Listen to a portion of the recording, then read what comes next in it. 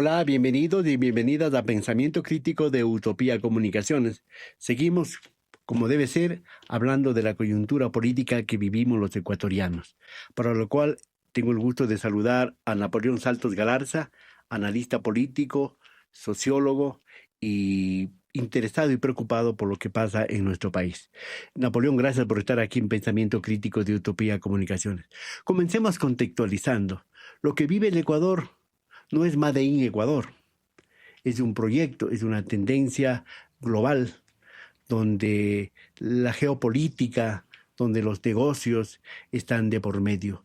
¿Cómo graficas tú lo que está pasando en el Ecuador, transpolando a lo que pasa en el mundo?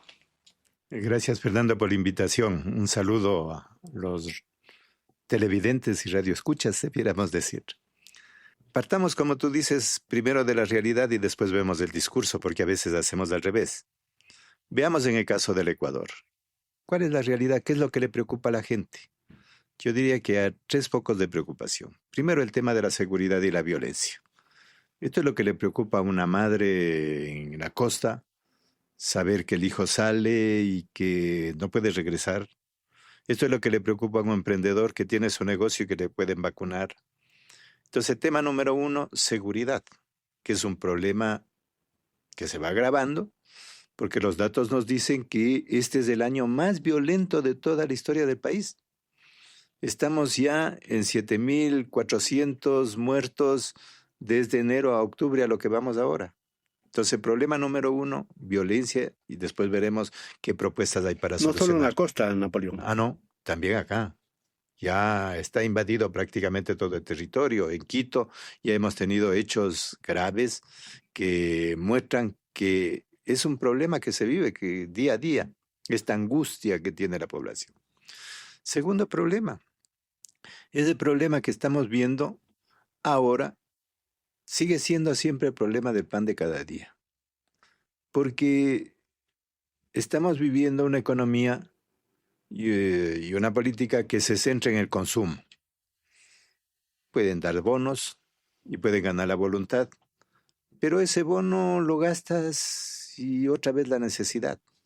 Es decir, tenemos una economía que lo que está buscando es no reactivar la economía, la producción, sino manejar los flujos, apoderarse de los flujos, sea, por ejemplo, apoderarse de la privatización de los recursos que tenemos, incluido el IES. Entonces hay esta preocupación que yo llamaría la preocupación del pan de cada día. Y veo una tercera cosa, sobre todo en la juventud. Veo una especie de cansancio. Veo, ¿cómo diría yo? Como una desesperanza. Están cansados, a veces ya no creen en el gobierno, pero no hay por otro lado que salga. Y entonces este cansancio lleva a una actitud, diríamos, de encerrarse en la individualidad, de encerrarse en un estado moral, aislarse, a veces hasta la abstención. Sí, buscar otros caminos, pero caminos que son interesantes, digo, esa actitud es interesante. Esa es una primera, así en términos gruesos. En el caso del Ecuador, los tres problemas de la realidad. Permíteme puntualizar. El asunto de la inseguridad y la violencia. Pero hemos visto gran capacidad que mostraron los militares y la policía en la represión en el paro nacional. ¿Por qué esa misma capacidad, esa valentía de nuestros militares, de nuestros policías, no se utiliza para reprimir el crimen, para reprimir la violencia? Porque, si tú ves, yo creo que al señor Fito y al señor Fed no le toparon un pelo cuando le detuvieron. Tú tienes razón, porque esto lo que demuestra es precisamente el fracaso de la estrategia de la guerra interna. Como todos los pasos, si haríamos un recuento de la obra fundamental del gobierno ha sido ir reforzando la estrategia de la guerra interna, darle atribuciones a las Fuerzas Armadas, darle atribuciones a la policía, ver cómo hay lo que ellos llaman esta guerra contra los grupos organizados. ¿Pero qué ha logrado? Pues yo digo, primera constatación ya de los resultados es que hay un fracaso. Y segundo, lo que tú señalas, ¿qué es lo que ha logrado? ¿Ha sido un fracaso para perseguir el delito a la delincuencia organizada? pero ha sido un éxito para manejar el miedo y el terror de la gente y convertir las luchas sociales en terrorismo, convertir la movilización en delito, criminalizar la lucha social. Y entonces, bajo este mecanismo, las Fuerzas Armadas, en lugar de concentrar la atención en su función, las fronteras están abandonadas. Por ahí pasa pues la droga, por ahí pasa el contrabando. Entonces, el Ecuador, debiéramos cerrar la llave allí. ¿Qué están las Fuerzas Armadas? ¿Dónde están las Fuerzas Armadas? Están en la frontera, cumpliendo su función de defensa de la soberanía. El 30% de las Fuerzas Armadas están dedicadas a cuidar la cárcel, se han convertido en guardianes de cárceles. Y vimos en el paro, efectivamente, grandes convoyes encabezados por el presidente invadiendo territorios, entrando violentamente en casas. Entonces, ¿a quién se le crea a través del racismo la imagen del terrorista, del delincuente, del enemigo? Porque aquí viene una primera clave de la política. Creas el enemigo, difundes ese enemigo y ordenas la opinión pública y la acción del Estado. Entonces, sí es paradójico que se muestren tan agresivos. Una de las escenas creo que más terribles del paro es cuando los militares se bajan y patean el cadáver ya de Efraín. Es terrible y le patean a la solidaridad. Esa escena es simbólica y resume toda la situación que estamos viviendo en el país con un agravante: la destrucción del Estado moral de las Fuerzas Armadas. Porque las Fuerzas Armadas siguen siendo una de las instituciones en las que la gente tiene confianza, pero con esa imagen enfrentan pueblo contra pueblo. Entonces, ¿qué vamos a ver? Y creo que la gente siente esto, por eso digo, se siembra una desconfianza. ¿Cómo es que son tan valientes atacando a los indígenas y se les acusa de terroristas que sí, tienen palos, tienen piedras, hacen su forma también de defensa, pero acá se ataca con bala, se ataca con convoyes. Del cuerpo, ¿eh? Y atacan, siempre hemos vivido represiones. ¿Quiénes no hemos pasado por luchas sociales y hemos respirado muchas veces gases lacrimógenos? Pero ahora era terrible ver, hay imágenes en donde los militares, los policías disparan directamente al cuerpo. Napoleón, o sea, una fórmula a través de la fuerza militar de imponer el miedo y la disciplina. Por eso digo, no ha sido eficaz en cumplir el objetivo que tenía: controlar la delincuencia y controlar la violencia criminal. Eso no ha sido eficaz. Los índices están ahí. El año más violento. Pero ha sido eficaz en sembrar el miedo en la gente y en que la gente un poco diga, bueno, a ver, ¿dónde me refugio? Y tenga una especie de canje de seguridad por libertad. Nos han impuesto un estado de excepción permanente. Y a eso le agregamos ese fantástico bombardeo a las bocaminas en Buenos Aires, ¿verdad? Claro. Siempre hay escenas de show. Claro, es un tema complejo el del narcotráfico y el capital criminal. Pero una de las cosas, porque este no es un problema solo local, ahora nos dicen, todo se justifica con el discurso de la guerra interna. Que vamos a poner bases para perseguir a los narcotraficantes. Que vamos a traer asesores israelitas. ¿Qué nos están diciendo? Hay incapacidad. Tenemos no solo un presidente ineficaz, sino que ellos están diciendo: estas Fuerzas Armadas, las fuerzas internas no son capaces de controlar, pongamos una base militar, traigamos asesores internacionales, introduzcamos aquí una serie de instituciones, ya veremos en la pregunta. Entonces, nos llevan a una destrucción. Yo digo, a mí me preocupa la destrucción de la moral de las Fuerzas Armadas. Napoleón, el segundo punto que ponías vos, el pan de cada día. Sí, ahora tomamos en cuenta que estamos en la lista entre los 3 países de la región que sufre hambre, pero tú le has oído al presidente que dice que estamos reactivando, que ha sido últimos meses han mejorado las ventas y que ha sacado de la pobreza a ni sé cuántos ecuatorianos. Entonces, ¿cómo se contrapone el discurso del presidente frente a la realidad cuando nosotros vemos la mesa? El pan de cada día es insuficiente. El poder con el discurso quiere crear una especie de Ecuador paralelo. Supuestamente un Ecuador paradisíaco en donde hay empleo. Que yo digo, ofrecen algún trabajo en un municipio, ofrecen 4 plazas, 5 plazas, ¿y cuántos se presentan?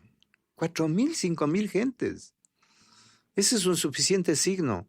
O pongamos otro signo que es grave y que a veces ya nos olvidamos, la migración, el abandono del país, sobre todo de la juventud y de la juventud calificada. ¿Por qué? Porque no encuentra posibilidad de empleo. O el otro elemento, porque hay muchos jóvenes que son seducidos por el narcotráfico. Hay jóvenes. Ahora es la migración interna. Migración interna, y hay este atrapamiento del narcotráfico de sectores juveniles, de barriadas enteras que no tienen futuro, ni pueden estudiar, ni tienen trabajo. Entonces ese es el Ecuador que vivimos, no la ficción que nos presentan y ciertas cifras macroeconómicas. ¿Cómo hacen crecer la economía? Ya nos dicen que este año, bueno, este semestre... Vamos a acelerar con el 4 y algo con más. el 4%. Bueno, aunque las cifras oficiales que nos da después el Banco Mundial o el Fondo Monetario, que no pueden mentir tanto, se quedan otra vez en el 2.2% que plantearon al comienzo. Pero bien, primero es un rebote. Claro, si tenemos una crisis, una caída total, hay un rebote. Pero no nos quedemos en los elementos técnicos. ¿Qué es lo que pasa? ¿Cómo están mostrando este índice? Y el gobierno lo dice, porque ha subido el consumo. ¿Y por qué ha subido el consumo? Porque ahora, por ejemplo, ya van a obtener 600 millones de dólares del Fondo Monetario. ¿Y a qué van a meter? Parte al pago de la deuda. A la campaña. Y gran parte a la campaña. El 15% del IVA.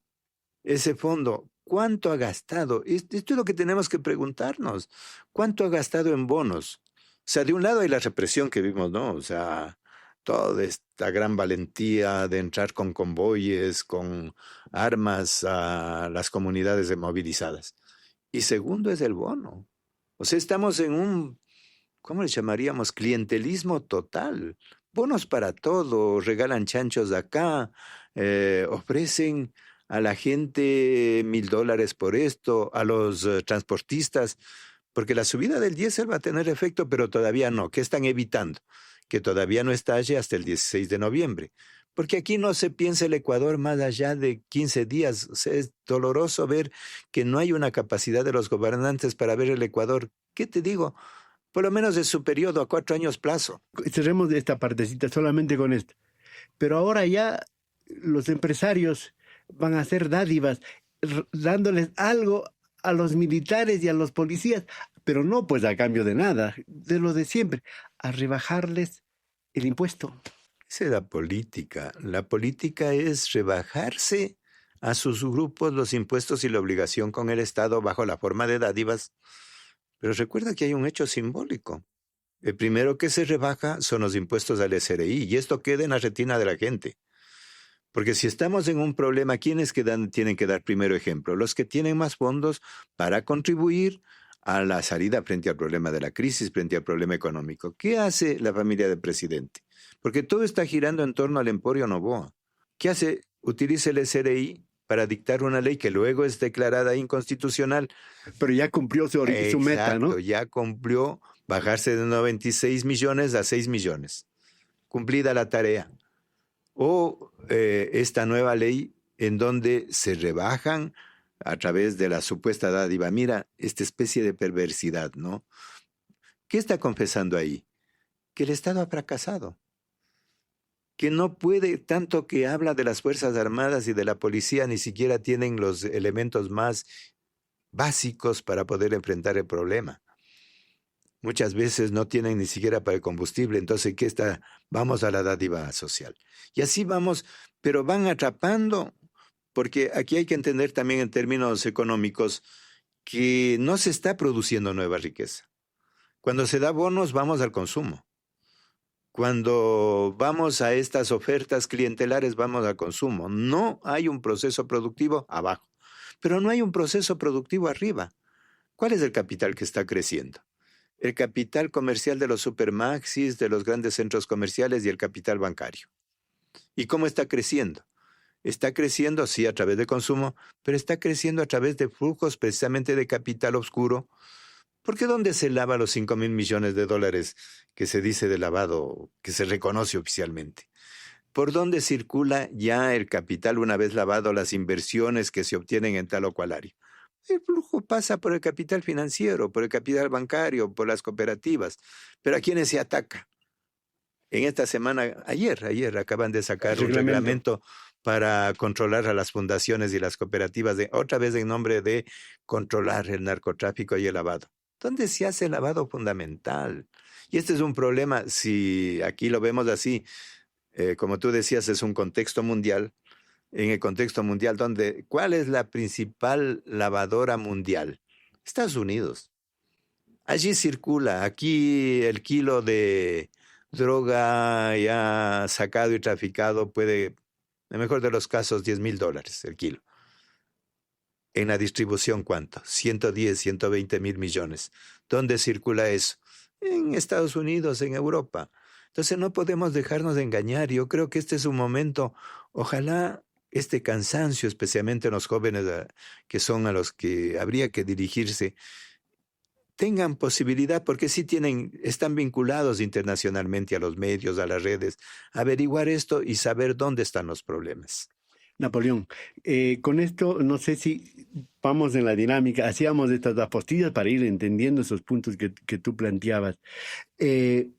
Comenzamos desde la realidad nuestra, la realidad doméstica, y podemos ir configurando la globalidad para luego hacer una disección de las preguntas, Napoleón. Sí, y eso nos puede ligar ya a la primera pregunta, porque así como nuestros gobernantes piensan a 15 días cómo salgo hasta el 16 de noviembre, tengo por último que adelantar el 13º sueldo, todo en función de eso. Tengo que contratar veedores, entre comillas, que reciban sueldo para manejar no solo el CNE desde arriba, sino también desde las redes informáticas. Esa es la preocupación. Igual sucede en términos geográficos. Nos olvidamos que estamos en un mundo en convulsión. Este momento hay todo un reordenamiento mundial. Cuando hablamos de multilateralismo, cuando hablamos de que ya no hay una hegemonía unilateral de Occidente, de Estados Unidos, ¿qué quiere decir? Que hay un reordenamiento, por lo menos llamémosle tripolar. Estados Unidos, China, Rusia. Hay otros actores también, quizás India puede ser el cuarto actor fundamental. Y no vemos eso y seguimos aislados. Y entonces nos queremos meter en medio de esta pelea de gigantes. ¿Qué somos nosotros? Un país pequeño, digno, sí, soberano, que debiéramos cuidar, pero un país que no tenemos incidencia en ningún área, ni siquiera en la petrolera. Y meternos ahí, por eso digo, puede ligarnos a la primera pregunta, meternos en medio de un conflicto geopolítico que puede desembocar en una guerra mundial. Entonces, Napoleón, vámonos ya a la consulta popular. Primero a las preguntas del referéndum. La primera, que es del asunto de las bases militares. ¿Qué implica esto? ¿Qué significa esto de las bases militares en el Ecuador y en Galápagos sobre todo? Yo les invitaría a la gente que simplemente lea la pregunta, porque a veces nos quedamos en la propaganda y no vemos el contenido de la pregunta. Leamos la pregunta y solo expliquemos la pregunta, hagamos un poco de pedagogía política. ¿Está usted de acuerdo con que se elimine la prohibición de establecer bases militares o extranjeras o instalaciones extranjeras? Primera cosa, no solo habla de bases militares o instalaciones extranjeras. Esto primero, porque ya no es de Estado a Estado, pues, ¿no? No, ya vamos a ver eso. O sea, dice, ¿usted va a autorizar que pongan bases militares? Y no solo bases militares, sino que puedan poner cualquier instrumento de inteligencia, oficinas legalizadas de cualquier organismo extranjero, llámese CIA, llámese cualquiera, la DEA, llámese todo, pero entregando oficialmente instalaciones, como vamos a ver, que entregue de la soberanía nacional. Entonces, primera cuestión que hay que ver, que no solo es bases militares, sino cualquier tipo de institución, como ellos lo llaman, o instalaciones extranjeras, que no más pueden instalar, con propósitos militares. Segundo, y de ceder bases militares nacionales a las Fuerzas Armadas. Yo si fuera militar diría, basta pues. O sea, va a poner no solo su base, sino que se va a apoderar de las bases que ya tiene el Ecuador. De las bases puede ser, a ver, como hay seguridad y tenemos que luchar contra el narcotráfico, que entrégueme la base de Taura, entrégueme cualquiera de las bases. Entonces, atención, no es solo que van a poner nuevas bases, ya supuestamente, sino que nos van a poner otro tipo de instalaciones y encima les van a quitar a los militares bases o las instituciones, las instalaciones que tienen, porque le están diciendo, ustedes no son capaces. Segunda cosa que hay que atender. Entonces es apoderarse, privatizar la seguridad, incluso las instalaciones. Tercero, entonces ya estamos en lo segundo, y de ceder bases militares a fuerzas armadas, entonces, ¿entregar a quiénes? A las Fuerzas Armadas norteamericanas, como ya lo están haciendo en Galápagos, o de seguridad extranjeras. Esto es gravísimo. Ahora a nivel mundial, otra vez regresemos a eso, la guerra está privatizada, hay mercenarios, hay contratistas, Blackwater, recién vino un supuesto asesor de Blackwater. Entonces no solo van a entregar, no solo estarían autorizando, si es que va la afirmativa, a las Fuerzas Armadas norteamericanas, que son las que más empeñadas están, y las Fuerzas Armadas israelíes que ya están acá. La asesoría fundamental ahora es israelí, ¿no? O sea, es una política, eso es lo que vimos en el paro, es una política de ataque, de destrucción, de desgaste, sino que se va a entregar a, yo diría, mercenarios, a grupos paramilitares. El Ecuador va a ser un terreno, ahí sí de guerra, porque se va a convertir el Ecuador, cualquiera que disienta va a ser un enemigo. Y va a ser, no va a haber la mínima contemplación, va a haber una política ya no solo de criminalización, sino de eliminación. Entonces, sí, un militar, yo me estoy poniendo en las botas de un militar. O sea, nuestros militares, nuestros generales, nuestros comandantes van a ser mandados por mercenarios muchas veces y por comandantes estadounidenses y israelitas. Claro, eso es lo que están pidiendo. Los primeros que debieran aquí reaccionar, bueno, aunque eso me preocupa, por eso decía, se está bajando el estado moral de las Fuerzas Armadas. Las Fuerzas Armadas tenían un principio, no dirigir las armas contra su propio pueblo. ¿Y qué vimos en el último paro? Y hasta eso metiéndose en la cabeza, o cojamos otro hecho. El tema de los 4 de las Malvinas, ¿qué significa? Un escalonamiento progresivo. Le escuché alguna vez al general Altamirano cómo nos describía, ¿no?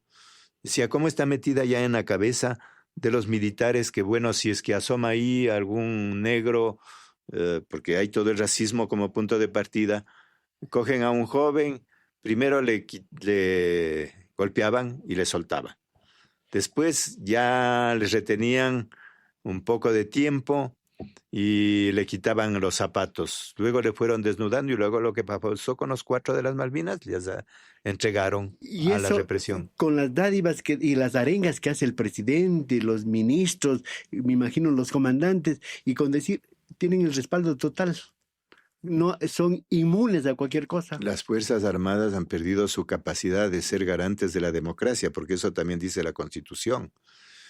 Incluso en términos, que te diría, a veces un poco especiales, cuando había conflictos políticos en las caídas de los gobiernos, siempre las Fuerzas Armadas han sido las dirimentes, las que han dicho la democracia va para acá o para allá. Bajar el dedo, ¿no?, al gobierno. Ahora tenemos comandantes, que me disculpen, pero comandantes que no tienen ninguna voz. ¿De bolsillo? Así es, sometidos al gobierno. Esto es grave, porque apenas alguien reclama, yo creo que esto debe ser una preocupación de cómo cuidar el cargo. Son comandantes que están cuidando el cargo, no llevando a cabo... Correcto, lo que tú dices, porque aquí estuvo, han estado aquí algunos. Dice, ahora lo que les interesa es simplemente que pase el tiempo y no arriesgar nada y salir con la jubilación y listo. Mientras menos intervengan, mucho mejor. O sea, ya no hay ese compromiso. Había la Fuerza Armada con un compromiso social. Así es. Con un compromiso democrático, con un compromiso con la Constitución, pero ahora como que eso... Entonces, ¿qué va a pasar en definitiva? Porque eso de que la seguridad, la violencia va a bajar y los grupos organizados van a desaparecer con la base militar, ¿eso no es tan cierto, Napoleón? Es una base militar geopolítica, porque ahí vamos al otro elemento. ¿Dónde dicen que van a poner? En Galápagos y en Bartra. Ya suficientemente eso para llamarnos la atención. ¿Qué fue Bartra en la Segunda Guerra Mundial? Una base norteamericana para la Guerra Mundial. Y esa es la lógica que ahora nos van a aplicar. Tú recordarás, no me recuerdo el nombre del embajador de 2019 de Estados Unidos. Él dijo categóricamente, Chapman, bueno, no me viene bien el nombre. El embajador en 2019 dijo, aquí no se requiere una base militar para combatir el narcotráfico. Tenemos los suficientes medios tecnológicos, tenemos los suficientes medios para poder enfrentar ese El problema. propio Trump decía que no, incluso para qué gastar tanta plata, ¿no? Claro, y eso podemos verlo, mira, hay que ver, por eso digo, más allácito del Ecuador. En Colombia hay 8 bases militares, ¿y qué pasa con el narcotráfico? ¿Se ha podido controlar? Y ahora, ¿cuáles son las bases? Empieza a haber un cordón, porque no es solo la base de acá. Hay la base en Nicaragua que están queriendo, en un sitio de disputa de islas, y en Perú. Entonces están poniendo una especie de cordón geopolítico, es una base geopolítica. Es una base en donde nos estamos alineando con uno de los polos en medio de una guerra mundial y bueno, habrá que ver, ojalá no haya la guerra. Ojalá si no seríamos un blanco nosotros también. Claro, pues. Nos convertimos en objetivo político, en objetivo, militar, en objetivo de guerra. ¿Por qué? Y esto es grave. Poner en riesgo el patrimonio de la naturaleza que es Galápagos. ¿Y la UNESCO qué dirá? Yo seguramente debe llamar la atención porque ellos declararon como patrimonio de la humanidad, natural de la humanidad, y como la reserva marina más importante a nivel mundial, es un laboratorio, vamos a destruir todo eso. No solo es un problema nacional. Entonces, ¿cómo es que este alineamiento? Porque mira, esto tiene consecuencias en la política internacional que tiene el gobierno. ¿Cuál es la política internacional?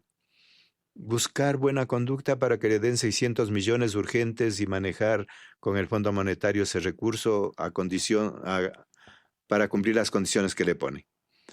Viene Rubio. ¿Hace qué? Hace un mes estuvo aquí Rubio. ¿Rubio quién es? El señor de la guerra, o el segundo al mando a nivel del país. Yo diría, hay una disputa entre saber si Vance, el vicepresidente, o él es el primero. Pero este binomio sí le acepta Trump. Pero Rubio es el más extremo en términos presentes. Es un halcón que yo Es un halcón. Es un halcón de guerra. Y él viene y le ponen alfombra roja, le convierten en el gran salvador. ¿A qué viene? Precisamente a este alineamiento. Entonces el discurso, otra vez, este miedo que está en la sociedad, ¿no es cierto? Hay el narcotráfico, hay el capital criminal, y vamos entonces a poner una base militar y vamos a llamar. Ya afirmó el propio presidente en medio del paro, ¿a quién llamó? Vamos a pedir un auxilio a la ONU, no sé para qué quería, porque la ONU señaló vino acá el secretario también. Claro, y revisaron y dijeron que aquí hay violación de derechos humanos muy graves y vamos a pedir auxilio a las Fuerzas Armadas israelíes. Eso lo dijo el presidente. Es que a veces no le escuchamos lo poco que habla. O sea, únicamente vemos los TikToks que lanza. Hay que escucharle. Habla de vez en cuando, no habla casi nunca, pero cuando habla hay que escucharle. Vamos a llamar en auxilio a la estrategia israelí. Y otro compromiso ahí sería, aparte del asunto geopolítico, todo eso, georregional, pues, ¿no? Por el asunto que está pasando en Colombia con Petro, lo que está pasando en Venezuela y lo que puede pasar en todo el Caribe. Cuando hablamos de guerra mundial, no creamos que está eso solo en Ucrania, en Gaza, en Palestina, en Medio Oriente, o que el próximo foco puede ser el enfrentamiento con China. No, ya está en América Latina. En este momento la guerra está aquí, estamos aquí. Venezuela queda a 2 pasos y Colombia es país limítrofe, ya está la guerra ahí.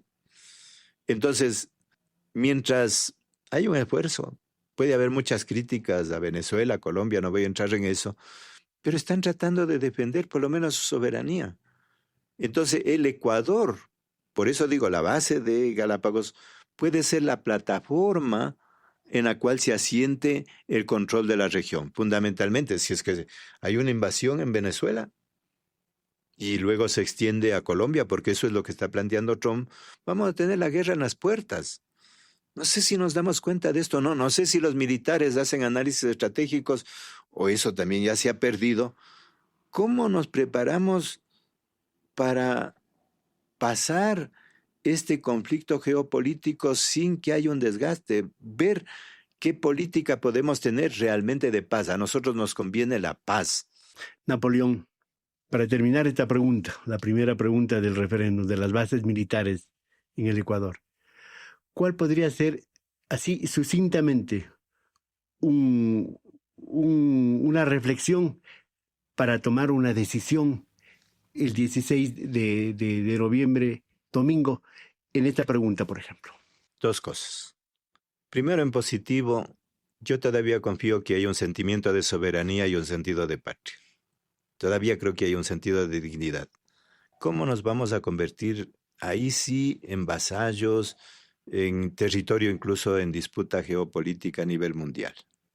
Por eso digo, hay que confiar, todavía hay que tener esperanza de que todo ese cuerpo sano de la República y en las Fuerzas Armadas todavía permanece.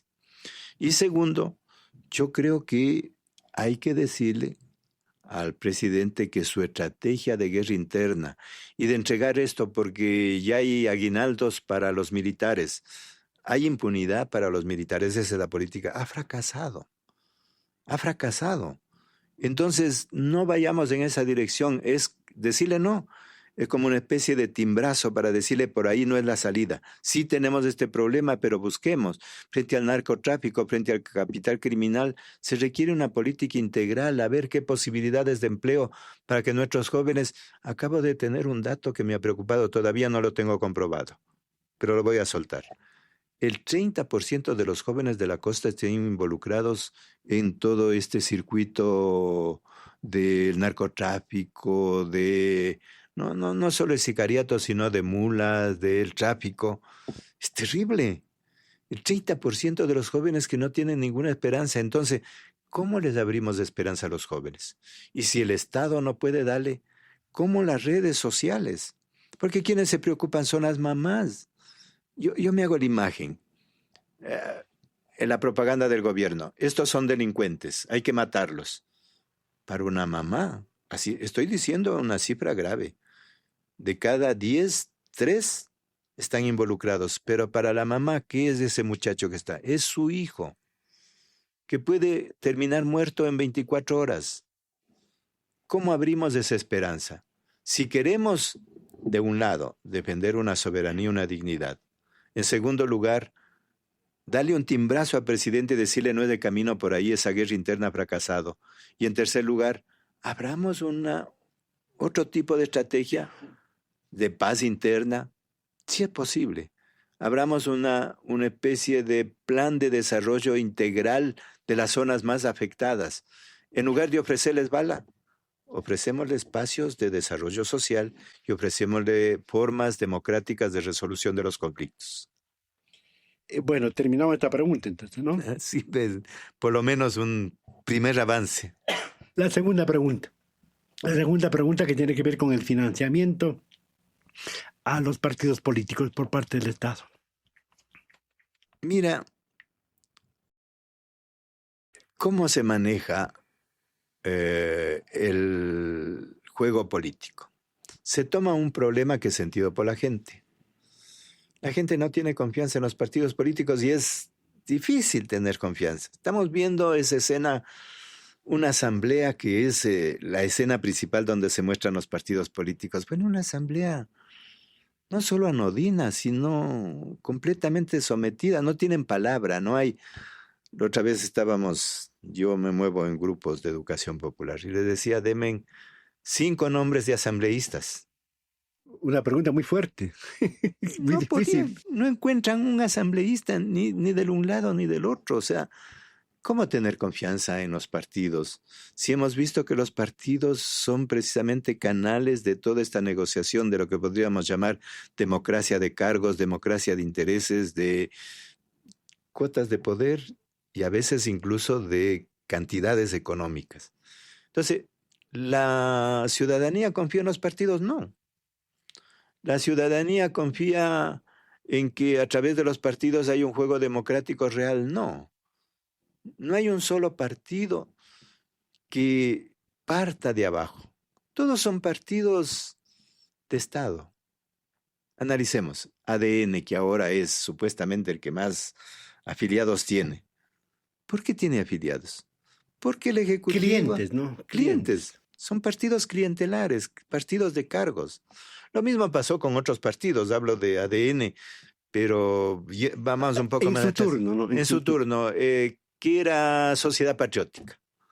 En su momento tuvo, no me recuerdo, un X 20, 23% de apoyo. Luego ya ha salido del poder, bajó al 8%, ¿y ahora qué es? Son partidos de gobierno, son partidos que asoman en las elecciones. Entonces, no profundicemos de eso, diríamos en resumen, hay una crisis de representación y hay una desconfianza de la ciudadanía sobre los partidos, sí. Entonces, se utiliza ese problema para poner una resolución falsa. La pregunta está planteada, ¿hay una crisis de partidos? ¿Qué hago? La respuesta y la salida de la estrategia es falsa, manipulando aquí esa desconfianza y ese incluso odio que hay contra los partidos. Esa pregunta no soluciona nada. ¿Por qué no Esconde soluciona? mejor. ¿Por qué no soluciona? Porque, bien, yo quito el financiamiento público, ¿y quién va a financiar? Tú conoces, voy a dar cifras. ¿Cuánto cuesta una campaña presidencial en el Ecuador? Se dice que mínimo 5 a 10 millones de dólares. Si, Eso es lo que se declara nomás, ¿no? 10 millones. Entonces, ¿de dónde va a salir ese dinero? ¿Va a ser Juan Piguave, María Chiliza, que tiene el dinero? No, ¿quiénes tienen el dinero? Las grandes chequeras económicas nacionales y extranjeras, y es una puerta al capital oscuro. Va a haber mucho lavado y va a haber... A ver, el Ecuador estamos entrando, este es uno de los riesgos, en una especie de narcoestado. Están penetrando todas las instituciones, no solo la justicia, no estamos olvidando de esto. Están penetrando hasta las Fuerzas Armadas y la policía, que es grave.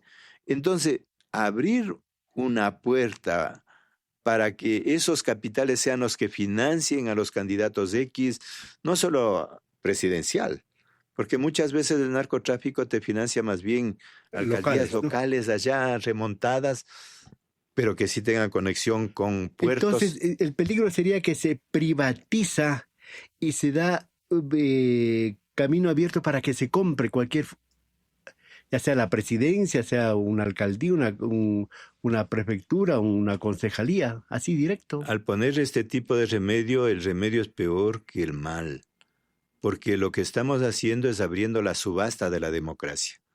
Es una privatización, pero entregar a las grandes chequeras y entregar, desgraciadamente, porque esta es una realidad, el narcotráfico y el capital criminal aquí es una realidad. El propio presidente señaló en algún momento, cuando se va la lengua, porque tiene información, que del Producto Interno Bruto, que son 100.000 millones de dólares en números redondos, 30.000 millones está vinculado al capital criminal, mafioso. Al capital mafioso. Napoleón, la misma dinámica. ¿Qué reflexión para la respuesta de esta pregunta? A ver, queremos reformar una constitución, no para ir hacia atrás, sino para ir hacia adelante. Queremos hacerla más democrática. Queremos que los partidos políticos cumplan su función. ¿Vamos a exigirles eso? O más bien vamos, en nombre del problema, a complicar mucho más, a hacer que los partidos ahora sí sean instrumentos únicamente de las grandes chequeras e incluso del capital criminal legalmente, constitucionalmente. ¿O queremos un nuevo tipo de democracia? Yo creo que el gran riesgo que tenemos aquí, la gran pregunta es, ¿o queremos ir a un sistema autoritario y pro-mafioso, al riesgo de ahondar un Ecuador vinculado al capital criminal y al miedo? ¿O queremos, yo sé que es difícil, pero reformar el sistema de partidos para tener una democracia más sólida? Eso requiere otro camino. Este es el argumento para otro no. Otro no, que no soluciona, Muy lo bien. agrava el problema. Vamos a la tercera pregunta, que es, el presidente y su equipo buscan mejorar la democracia, la calidad de la asamblea, hacer unas leyes realmente que valgan la pena, reduciendo el número de asambleístas de 151, que ahora mismo está, bajar a 85, creo, ¿no? Esta es una solución para mejorar la democracia y la calidad de nuestros padres y madres de la patria, Napoleón. Te voy a dar un dato que me sorprendió ahora que acaban las elecciones en Argentina. No voy a profundizar esas elecciones. Allí, en cambio, están proponiendo aumentar el número de diputados y de senadores. Aquí, ¿por qué se propone esto? Otra vez, yo digo, ojalá trato de graficar pedagógicamente. Se toma un problema que es real. La base de la democracia, uno de los pilares de la democracia que vivimos, que es representativa, no estoy hablando de una transformación profunda, sino simplemente de defender lo básico de la democracia. La democracia liberal que tenemos. Liberal, esta democracia que tenemos, pero cuidémosla, porque es mucho más grave que nos venga un gobierno autoritario protofascista. ¿Cuál es uno de los pilares? La autonomía de poderes, el contrapeso de poderes. Que si el Ejecutivo actúa así, haya vigilancia desde la Asamblea. Que si la Asamblea falla en esto, haya vigilancia desde la Contraloría o desde el Poder Judicial. ¿Qué tenemos? Un control, y ahí sí la Constitución es buena. La Constitución de 2008 es hiperpresidencialista. Eso sí no lo van a reformar, porque al gobierno de turno le conviene.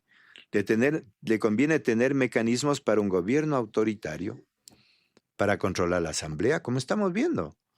Una mayoría ahí que es obediente, presentan una ley y en 15 días ya está aprobada la ley. Luego habrá control constitucional, pero ya ha surtido su efecto. Y control absoluto para la fiscalización. Pues, ¿no? Y no hay fiscalización, cero. Entonces todos los casos de corrupción, Progen. Bueno, ¿qué caso más evidente en medio del estiaje más grave del país, que 14 horas de apagones, que se apoderen de los fondos? Es terrible, de los foros para electricidad, o cualquiera de los casos, no va a abundar, pero uno de los problemas es que ahí hay otro discurso. No, es que el otro gobierno, el del fantasma ese que tienen, que dicen ellos mismos el innombrable, no. Nunca hemos terminado de arreglar, de hacer duelo por eso, que es el otro problema.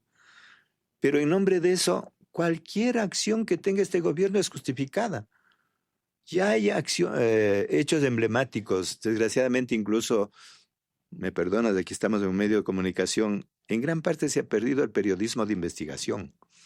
Entonces, algunos casos se quedan a medias. Voy a citar un elemento medio problemático ahí, porque había un alineamiento, pero la posta tenía un papel, digo, alineado, ¿no? Pero siempre se alinea a uno u otro lado. Siempre se alineaba, parece que el mejor postor, ¿no? Pero incluso eso acaban de comprar. Es decir, no hay las fuentes. Entonces, la Asamblea no cumple su papel. Aquí, para que haya democracia, necesitamos una Asamblea autónoma. ¿Qué va a pasar si se reduce? A ver, aquí vamos a hacer números. Cuando vamos, y ya va a pasar esto en la elección de los asambleístas. Ese es el esquema que nos están planteando. Van a quedar 3 provincias que pueden elegir más de 2 o 3 o 4 asambleístas. Eso comenzaría con la elección de los constituyentes. De los constituyentes, ya se ensaya ese número, se va a aprobar. No recuerdo ahora, creo que son 13 provincias. 13 provincias. 13 provincias van a elegir un solo asambleísta. ¿Qué va a pasar? Una concentración de poderes. Vamos a tener aquí un solo color en cada provincia. Un solo color. O sea, un dueño de provincia. Exacto. Entonces, se necesita reformas otra vez de la Asamblea y garantizar. ¿Cuál sería el objetivo? ¿Cómo tengo una Asamblea autónoma que legisle y fiscalice, que sea, como decíamos anteriormente, ya es una frase desgastada, ¿no? Decíamos, el primer poder del Estado es la Asamblea porque es el espacio del debate político. Recuerda, puede ser gente de derecha, pero había gente de primera. Que debatía, ¿no? Gente que debatía, gente que era un espectáculo, pues, observar las bromas sesiones simpáticas, ¿no? Hasta de buen gusto. El famoso Bucarán. ¿Cómo se llamaba? El famoso Bucarán, ¿no? Don Asad. Claro, o sea, había un Carlos Julio, Otto, había el propio Serrucho, Blasco Peñerrera, claro, el Julio César Trujillo, o sea, Muget, gente preparada. Gente, ¿no? Ahora, Negro Hurtado. Mira, ¿qué asamblea constituyente? Bueno, sí, ya veremos, después vamos a tener, si es que aprueban así. Hay un influencer, como es, un millennial, como dicen ahora, de 20, 22 años. El conejo oligarca. Terrible, da vergüenza. O sea, no saben, no tienen noción de país y esos son los legisladores. Entonces, en lugar de buscar cumplir el objetivo pensar en una democracia. Yo creo que aquí está el reto. ¿Cómo defendemos una democracia mínima, una democracia liberal? ¿O nos vamos a acostumbrar a esa democracia autoritaria, el control de la asamblea? El número no soluciona. No es un problema de cantidad, es un problema de calidad. Es un problema de cómo la asamblea puede crear condiciones. Le damos la vuelta. Yo digo lo mínimo. Asamblea autónoma, asamblea con pensamiento, asambleístas calificados. Y con ética. Ay, este es uno de Muy los difícil, problemas ¿no? centrales. Qué terrible cuando uno ve que cada vez se va degradando, yo digo, el estado moral de la nación. Napoleón, la misma tónica, en poquísimas palabras por el tiempo. Tu reflexión para el no en esta tercera pregunta. La asamblea debe ser un espacio de debate político y un contrapeso al poder ejecutivo. Si reduciendo el número terminamos entregando a la fuerza que en ese momento, porque esto va a ser temporal, tenga la mayoría, no vamos a tener asamblea. Vamos a tener un equipo de adictos, y utilizo esta palabra, de adictos al gobierno de turno. No es simplemente sometimiento, es adicción, porque tienen miedo de hablar para cuidar el cargo. Un segundo gabinete sería ese, ¿no? Efectivamente, van a tener allí equipos, voceros de gobierno. No hay capacidad. Entonces, ¿queremos una asamblea para que legisle y fiscalice? Hay que decirle no. Entonces, un tercer no, Napoleón. Efectivamente. Bueno, vamos a la cereza del pastel. La consulta popular que viene y que llama a que se convoque a una nueva Asamblea Nacional Constituyente para redactar una constitución que reemplaza a esta correísta, chavista que permite a los delincuentes y que es la culpable de todos los males de nuestro país. Ahí está el resumen, tú lo has hecho muy bien, porque ¿qué es lo que nos crean? La Constitución como el gran problema, esta Constitución del 2008, con calificativos. Esta Constitución tiene elementos importantes y también elementos que hay que reformar. O sea, yo no estoy por una defensa en abstracto. Nada es inmutable, pues, ¿no? Claro, tiene que haber cambios, pero tiene que haber cambios no para restringir la democracia y reforzar el espíritu autoritario, la concentración de poderes, Y los no solo negocios. políticos, sino económicos, sino para ampliar la democracia. Para lograr una democracia hay vacío, sí, vamos a esa reforma, pero no es esa la dirección. Y he mencionado aquí el hiperpresidencialismo. Por ejemplo, yo estaría de acuerdo que se reforme eso, para que el Ejecutivo no tenga tanto poder para comprar conciencias. Solo quiero partir de un hecho. ¿Para qué la Constitución, la constituyente? Le preguntaron al presidente cuáles van a ser las reformas. Claro que lo sabe, sino que él quiere el cheque blanco, pues. Claro, quiere cheque en blanco en primer lugar y quiere ocultar las intenciones, porque sabe que si empiezan a destaparse las intenciones, la gente se va a alarmar y va a decir no. Pero algunas de sus voceros han escapado. Y La universidad, el seguro social, el propio presidente. claro, y aparecen en las leyes, en estas leyes que fueron declaradas inconstitucionales y que van a retomarlas precisamente en la supuesta asamblea constituyente que tienen. ¿Qué es una asamblea constituyente? Es un momento para replantearse el país, para plantearse preguntas, como decía, no al 16 de noviembre, sino a 5 o 10 años plazo. ¿Qué país necesitamos? Un país que está ausente de la economía. Si me dijeran a mí una asamblea constituyente para lograr que el país se ubique en esta revolución tecnológica mundial, somos nada. Hasta los países vecinos. Perú ha logrado ubicarse en el contexto mundial. Tiene el puerto más grande de toda Sudamérica y está convertido, por lo tanto, en uno de los nexos de lo que es la vía de la seda, es decir, del comercio mundial. Se va a unir al Atlántico y todo eso. Atlántico, Pacífico, nosotros podíamos ser. Ya perdimos. Entonces digo, puede haber momentos. Esta constituyente no nace de esas preguntas, nace de la necesidad del gobierno de Novoa y del emporio Novoa de concentrar la decisión política, el poder, y no solo el poder político, sino el poder económico. El objetivo está ahí, los riesgos para los derechos, para las libertades, para eso. Entonces veamos lo que quieren callar. Hagamos que hablen los hechos. Tú mencionabas, tomemos uno de los hechos, Seguro Social. ¿Qué acaba de anunciar? Arrebatarle al Seguro Social todo el servicio de salud. Yo sé que el servicio de salud está mal precisamente por la administración. No sé si los ciudadanos no nos damos cuenta cómo utilizan nuestros fondos. Hubo una denuncia del Expreso, ahora le están persiguiendo al Expreso. No, ya hay una persecución, Que ahora dicen que le criminalización. quieren matar a la vocera. Claro. Entonces ya envenenamientos, bueno, es terrible toda la escena que se quiere crear.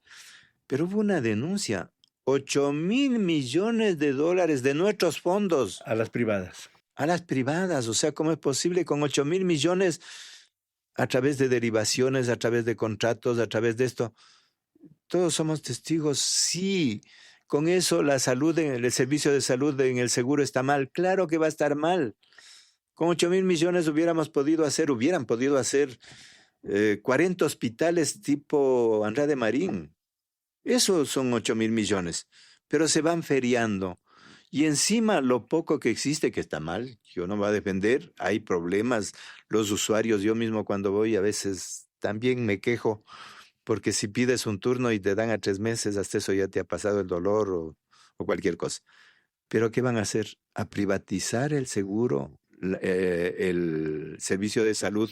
Es decir, los pocos hospitales que existen, como dijo el presidente, van a pasar a responsabilidad del Ministerio de Salud. ¿Y qué es el Ministerio de Salud ahora mismo? Vamos a cualquier hospital. Si nos quejamos del seguro social, invito a que vayan a cualquier hospital. Y no estoy despreciando porque hay esfuerzos de los médicos. Vamos al Eugenio Espejo, hay una saturación mucho mayor. Entonces, ¿pero en beneficio de qué? Si ¿Las aseguradoras? Claro, si es que tú no tienes posibilidad de atenderte la salud, que te atiendan en un hospital público o en el seguro, mal o bien, ¿a dónde vas en el rato de la enfermedad de un hijo? A una clínica privada. Y ahí la gente se endeuda. Entonces vamos a tener un sistema como sucede un poco en las universidades, ¿no? Es en favor del sector privado, de estos grandes monopolios que ya se beneficiaron de 8.000 millones de dólares de nuestros fondos del seguro, para que se beneficien entonces ahora sí en la desesperación. La gente cuando ve, yo mismo digo, si tuviera un hijo o una hija que está enfermo y no puedo hacerle atender, voy a la clínica privada y no importa lo que me toque vender. Entonces hay esta privatización del seguro social. Los afiliados y sobre todo los viejos, los jubilados, no vamos a tener a quién acudir. Pero esta privatización no se queda en la salud. ¿Recuerdas la ley que ya está aprobada? Para que los fondos de los préstamos Sea una quirografarios, garantía, ¿no? hipotecarios, pasen a manos otra vez de la banca. Con un argumento de que es la banca, ¿cómo se dice? Incobrable. Pero abierta la puerta ya vamos a ver. Y si a esto le sumas la gran propaganda que está haciendo el propio presidente en sus mensajes, que quieren hacer un sistema de seguros de fideicomisos, es decir, que te afilies individualmente poniendo un fideicomiso. Yo les pediría a los ciudadanos que investiguen, especialmente a los jóvenes que tienen acceso a todas las redes de información e inteligencia artificial, que vean el manejo de seguros en Estados Unidos. ¿Cómo hacen? Tienen todo un truco por el cual, si tienes un seguro que es privado, no te pagan a la final. Les llaman las 4 leyes, ¿no? Demorar, primero. Si tienes tú un accidente, te demora. Delegar, entonces te pasan si es que el accidente fue en Chillo Gallo, vaya a consultar en Mato. Ambato. Entonces, delegar. ¿Cómo se llama? Diríamos difuminar, o sea, disolver, la tercera D. Entonces, si usted disuelve, sí, es un accidente, pero no entra en nuestro rango. Esto no cubre nuestro rango. Y el tercero, que es el cuarto, que es desconocer. Hacen de tal manera, a eso quieren llevarnos. Entonces, la privatización del IES está encima. Si usted quiere defender al IES y reformarlo porque necesita reformas, diga no, porque la asamblea que pretende ser controlada totalmente por ADN va a ser una asamblea que destruye el IES. Esto en el caso del seguro, que es lo más sensible, porque se dice permanentemente, y aquí lo han dicho, si sucumbe, si zozobra el seguro social, eso le pasará a la familia ecuatoriana y a la sociedad ecuatoriana. ¿Qué otro elemento te preocupa, Napoleón? Ahí podríamos ver, hay un indicativo. Las leyes que presentaron y que fueron negadas, esas son las que más le interesan. Recuerda que el gobierno ya fue derrotado en el tema del trabajo. ¿Por qué fue derrotado? Porque no por el problema del contrato por horas, sino que por lo que siente la gente, este momento tener un trabajo es una especie de privilegio. Y cuando se deteriora el trabajo, porque el argumento es, no, es que le vamos a dar 2 horitas de trabajo acá, 1 hora de trabajo por acá. Es decir, nos llevan a un trabajo precario, a un trabajo que a lo mejor la gente, por último, dice, bueno, por lo menos eso. Peor nada. Peor es nada. Pero nos están despreciando. Se desconoce lo que es la tarea fundamental de la economía pública, privada, la tarea fundamental del Estado, entre otras cosas, es crear empleo. Esa pregunta, esa dinámica que está implícita y que la meterán nuevamente porque ya fue negada, es para negar el derecho al trabajo. ¿Van en esa dirección? El derecho al trabajo, el derecho a la educación, el derecho a la salud.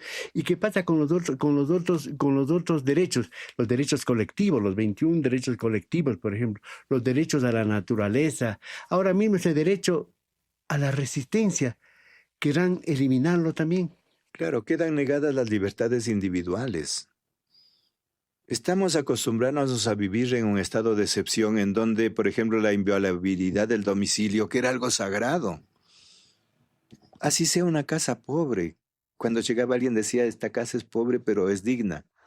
Ahora no. Puede haber decreto de excepción, que es la tendencia que vamos, derecho de inviolabilidad del domicilio, derecho a la privacidad de la comunicación, libertad de movilidad, o sea, derechos básicos. Por eso digo, está en juego lo más básico de la democracia. Esas libertades que hablábamos ya desde el siglo pasado están otra vez en riesgo. El derecho a la protesta. Una estrategia acá es la criminalización de la lucha social. Cualquiera que proteste, es que no son solo los sectores sociales. No voy a defender a los otros, pero Goldbaum, el famoso, ¿cómo se dice? Consuegro, suegro, bueno, el papá de la primera esposa. ¿Cómo discrepa? Persecución a la propia esposa, a la vicepresidenta. Todos son convertidos y sometidos a la judicialización y a una especie de criminalización. Entonces estamos defendiendo, yo diría en primer lugar, podríamos hacer una lista, pero los derechos básicos individuales, los derechos a tener la mínima libertad. Y aquí viene el otro lado, los derechos colectivos, segundo, y los derechos de la naturaleza. Uno de los intereses principales del Emporio Noboa ¿Minería? Es la minería y el extractivismo. Y esto es terrible porque yo siempre les pido, trato de traer datos. ¿Cuánto es el ingreso por minería en el Ecuador en el presupuesto nacional? 250 millones anuales. Eso es. Ni para un bono, pues. Claro, exacto, la mitad del bono. Los 600 millones que se gastan.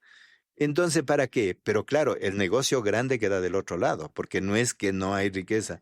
Destruyendo la naturaleza, ahí hay denuncias, hay un poco de investigaciones, me parece que esta fue de Plan B, ya no me recuerdo cuántos kilos de oro salieron ilegalmente.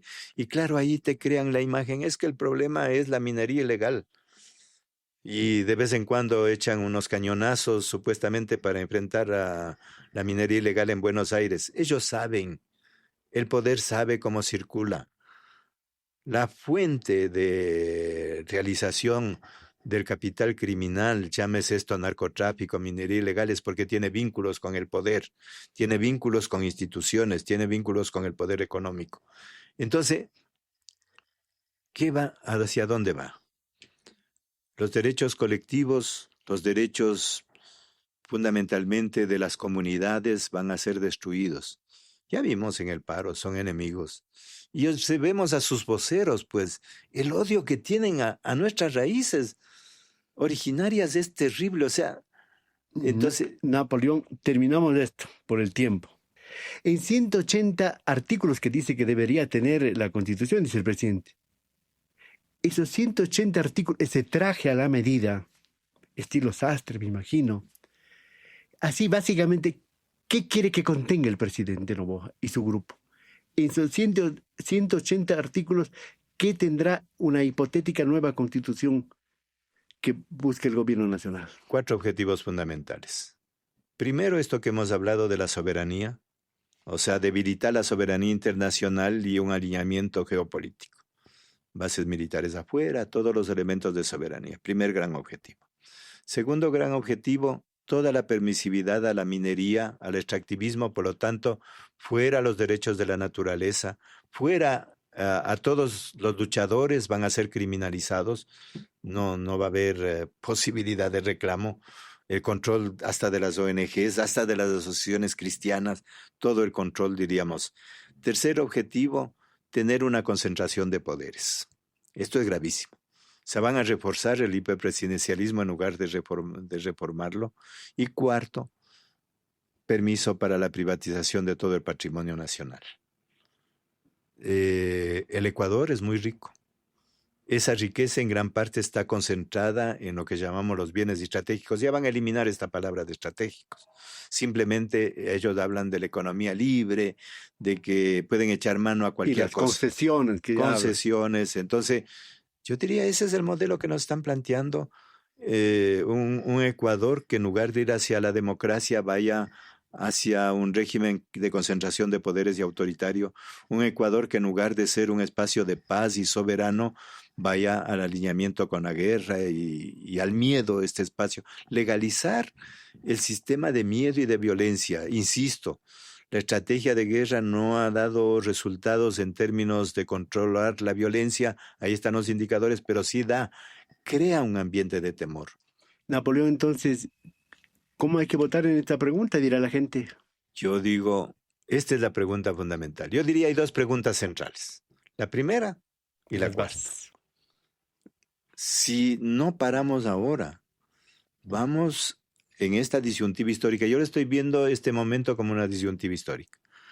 O nos unimos a defender esta democracia básica, la posibilidad de un Ecuador en paz, la posibilidad de abrir un poco de esperanza, o nos metemos en la lógica que estamos viendo, la guerra interna, un Ecuador de concentración de poderes autoritario, un Ecuador sin democracia, un Ecuador en donde la violencia vaya siendo el destino de nuestra sociedad, porque a veces también en la sociedad se permea esto, y un Ecuador alineado internacionalmente que puede ser víctima de los conflictos que no tenemos nada que ver, en lugar de desarrollar una política también de no alineamiento y de paz internacional. Gracias, Napoleón.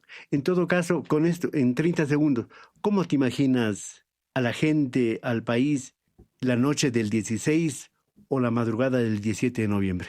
Yo todavía tengo esperanza en la conciencia democrática y moral del país y sobre todo en la posibilidad de que los jóvenes, yo estoy viendo a nivel mundial, yo trabajo un poco la geopolítica.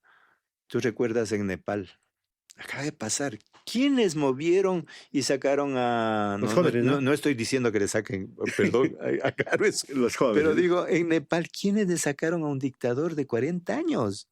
La generación Z, porque ya estaba cansada. Yo digo, en primer lugar voy a centrar la mirada en los jóvenes. Voy a ver qué es lo que pasa si es que nuestra juventud, esta generación Z o los millennials o los centennials, empiezan a buscar, abrir un nuevo camino diferente, ¿no? Ese cansancio que tienen, esa desconfianza lo transforman en una salida diferente, yo que diría indignación, pero presentando alternativas. Segundo, voy a centrar la mirada en las madres. Porque las madres, todo este discurso de que son delincuentes, que hay que eliminarlos, yo creo que lo sienten, son sus hijos. Entonces las madres van a estar atentas y creo que va a ser esa la reserva energética para decir, bueno, no, ese camino no es el adecuado. Y voy a centrar la mirada, puede que sea demasiado En los optimismo, viejos, en los el viejos, seguro social. el seguro social. Entonces, yo creo que si ponemos la mirada ahí, ya hasta hablaría de un cuarto, se me ocurre.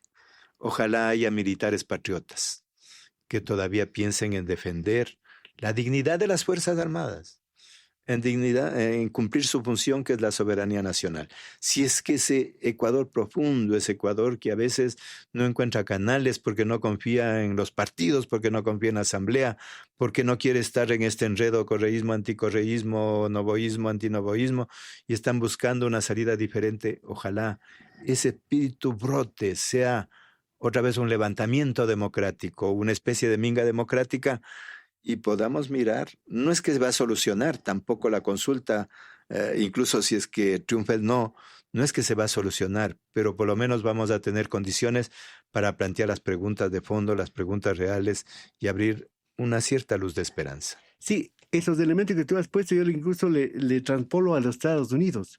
Los jóvenes en Chicago, en California, ahora mismo para la elección del nuevo alcalde, que es un jovencito de 33 años, ¿verdad? Sí, Ah, entonces la juventud, las madres, incluso militares que están diciéndole algo al propio señor Trump y todos esos elementos. Napoleón, gracias por estar aquí en Pensamiento a Crítico, ti. por haber dado una especie de una disección pedagógica y didáctica de lo que representa el momento político que vive el Ecuador, el mundo en general, y estas 4 preguntas a las que estamos abocados a contestar conscientemente, abriendo los ojos, abriendo la mente y dejando que el corazón palpite en toda su plenitud. Señoras y señores, muchas gracias por estar con nosotros. Compartan este diálogo. Suscríbanse a Utopía Comunicaciones en YouTube, no cuesta nada. Comenten, critiquen y digan lo que tengan que decir. Hasta la próxima. Gracias, Napoleón. Muchas gracias a ti.